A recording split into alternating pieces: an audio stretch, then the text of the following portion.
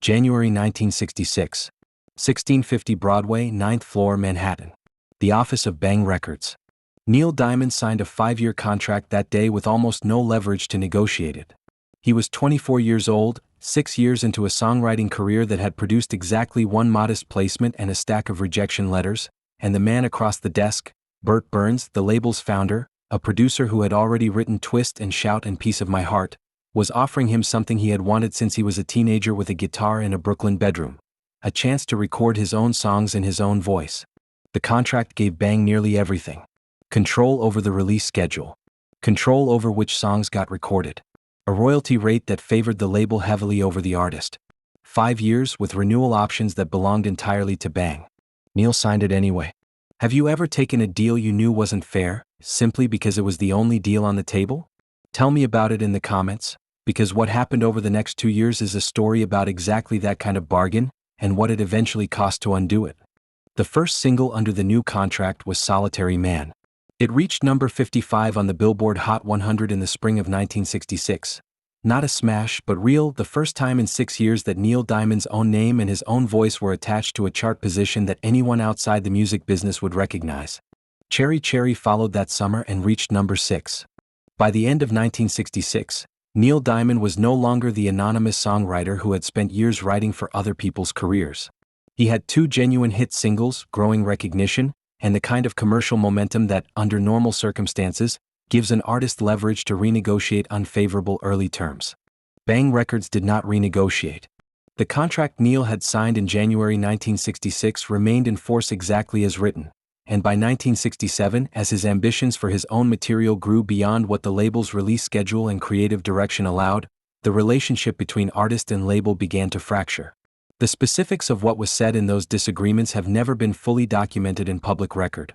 Neil Diamond has spoken about the period only in broad terms across the decades since, describing frustration with the lack of creative control rather than recounting specific confrontations.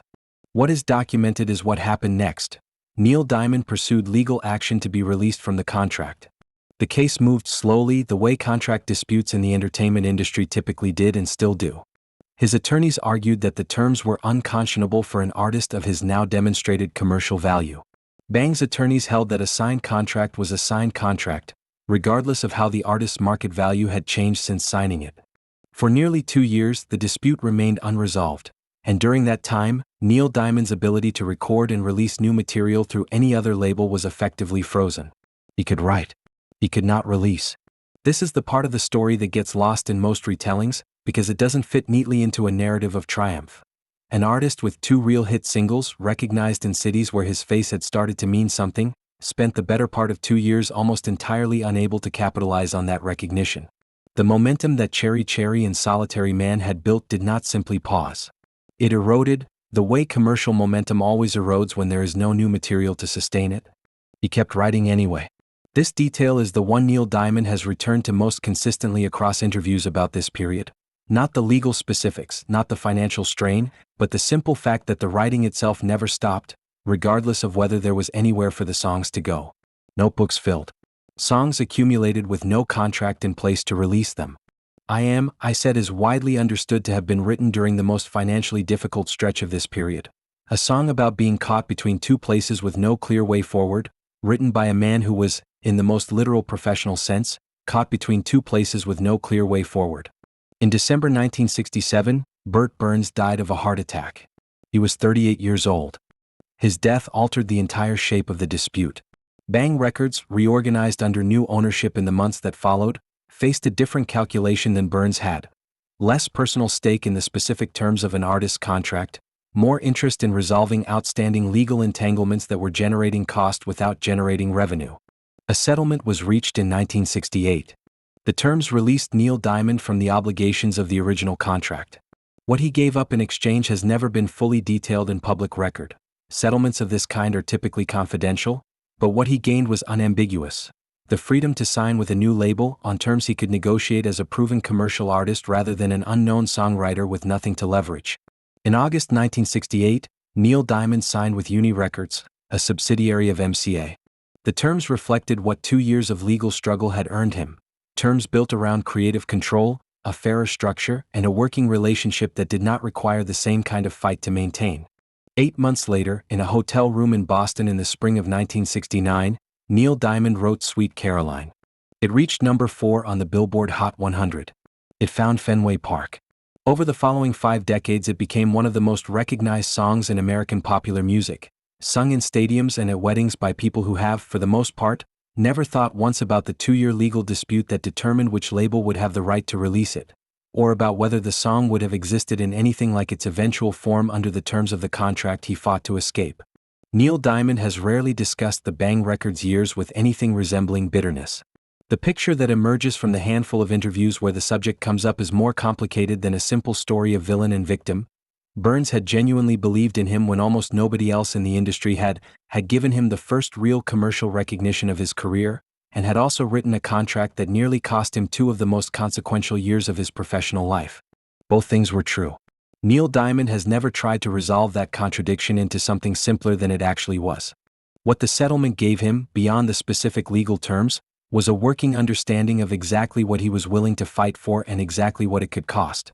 He carried that understanding into every contract negotiation for the rest of his career, with Uni, with MCA in the years that followed, with Columbia Records in the 1970s, and famously, in 1969, when Colonel Tom Parker called with an offer that would have made him wealthy and anonymous in almost exactly the way the original Bang contract once threatened to. He said no to that offer in 11 minutes. The 2 years of legal struggle that preceded it are very likely part of the reason he didn't need to think about it any longer than that.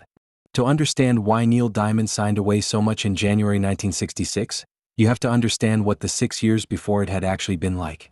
He had left NYU's pre-medicine program in 1959 to write songs full-time. He spent the early 1960s in the Tin Pan Alley publishing system, writing material that other artists recorded and that occasionally sold for modest sums, compositions that disappeared into other people's careers while his own name remained almost entirely unknown outside a small circle of industry professionals. He had written I'm a Believer for the Monkees in 1966, a song that would eventually sell in the range of 10 to 16 million copies worldwide, and his own voice did not appear on the record at all. By the time Bert Berns offered him a contract to record under his own name, Neil Diamond had spent the better part of a decade proving his talent to an industry that consistently rewarded the talent while withholding recognition from the person who produced it. The Bang Records deal was the first offer of his career that put his own name and his own voice at the center of the product. That is the context in which the unfavorable terms have to be understood. He was not naive about contracts in any general sense. He had been navigating the business side of songwriting since he was 19 years old. He understood, in broad terms, that the deal favored the label. What he weighed against that understanding was the specific accumulated hunger of 6 years spent writing hits for other people's careers while his own remained stalled. He decided the chance was worth the terms. For most of 1966, that calculation appeared to be correct. Solitary Man and Cherry Cherry gave him, for the first time, a public identity as a recording artist rather than simply a credited songwriter. The recognition that had eluded him through the Tin Pan Alley years began to arrive, modest by the standards of the stadium-filling career that would follow a few years later, but real and entirely new to him. The fracture that developed in 1967 was not, by most accounts, primarily about money in the narrow sense. It was about creative control, about which songs got released, in what form, on what schedule, and whether the artist who wrote them had any meaningful input into those decisions. Neil Diamond wanted more say in his own output than the contract he had signed a year earlier provided for. Bang Records, structured the way most labels of that era were structured, treated the contract as the final word on the matter. The freeze that followed cost Neil Diamond more than just lost income, though the income loss was real and significant for a man who had only recently begun supporting a family on the strength of 2 hit singles. It cost him nearly 2 years of the specific kind of momentum that an emerging artist depends on, the compounding effect of one hit building toward the next, of public recognition deepening through consistent exposure, of a career establishing the kind of trajectory that record labels and radio programmers come to expect and reinforce. The settlement that made this possible has never been publicly detailed in full. What can be said with confidence, based on the documented timeline, is that it took roughly 2 years from the first signs of dispute to the resolution that freed him, and that the resolution arrived only after circumstances beyond either party's direct control. Bert Berns' unexpected death at 38 changed the incentives on the label's side of the negotiating table. Neil Diamond did not control that timing.